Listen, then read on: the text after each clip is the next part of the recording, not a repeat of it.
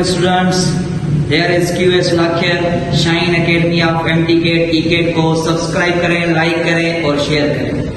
सो हमारा आज का टॉपिक है, प्रीवियस लेक्चर में हम एटॉमिक स्पेक्ट्रा को स्टडी किया था, उसी टॉपिक को जो सीरीज थी उसको हम कंटिन्यू करते हैं।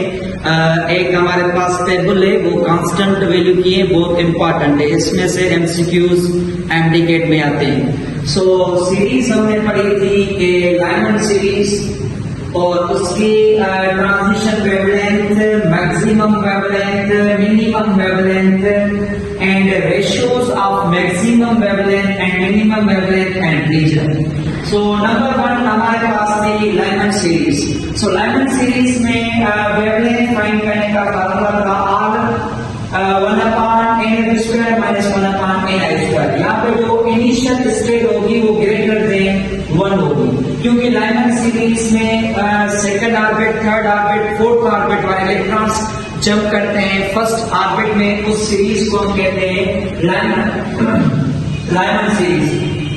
सो मैक्सिमम वेवलेंथ कितनी होती है लाइमन सीरीज की? 4/3 put in I initial state is equal to 2, और मिनिमम वेवलेंथ जो होती है वो एन आई की जो वैल्यू होती है वो इंफिनिटी होती है। Infinity means equal to 0, so 1/r।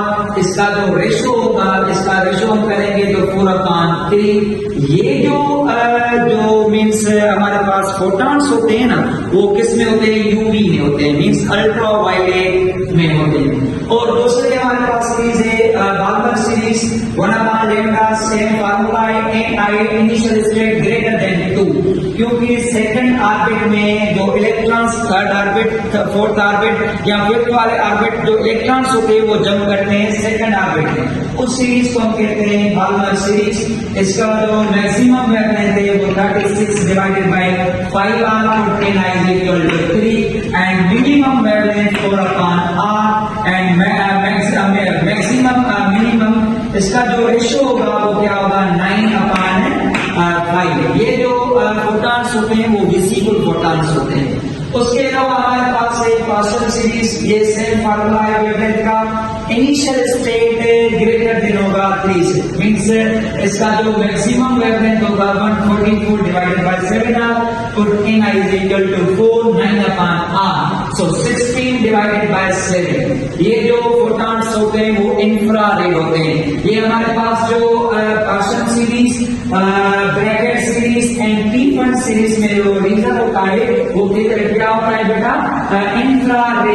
Infrared photons होते हैं। सो लैम्डा भी इसका जो फार्मूला है उसमें n i is equal to 4 bracket series. उसका ratio maximum wavelength 400 divided by 9r और उसका minimum wavelength 16 divided by r और इसका जो रेशियो होता है वो 25 डिवाइडेड बाय r इंफ्रारेड होता है।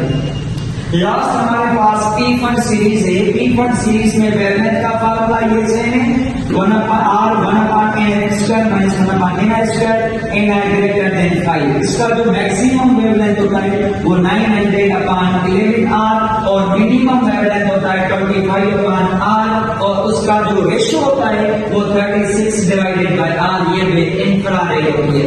ये बहुत इंपॉर्टेंट टेबल है जिसमें से एमसीक्यूज आते हैं कि हमारे पास लाइमन सीरीज की वेवलेंथ मैक्सिमम कब होती है, मिनिमम कब होती है, रेशियो कितना होता है और उसका रीजन कितना होता है।